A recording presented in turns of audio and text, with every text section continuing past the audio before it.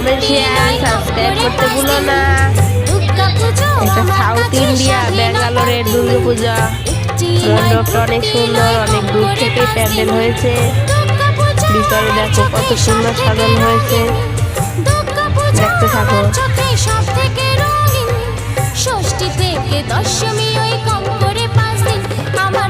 এই দেখো ভিতরে অনেক লোক, এখানে অনেক গ্যাদারিং হচ্ছে, কিন্তু ড্যান্স হচ্ছে যে, তাই সবাই দাঁড়ায় আছে, কেউ বসে আছে, কেউ আসছে, কেউ যাচ্ছে।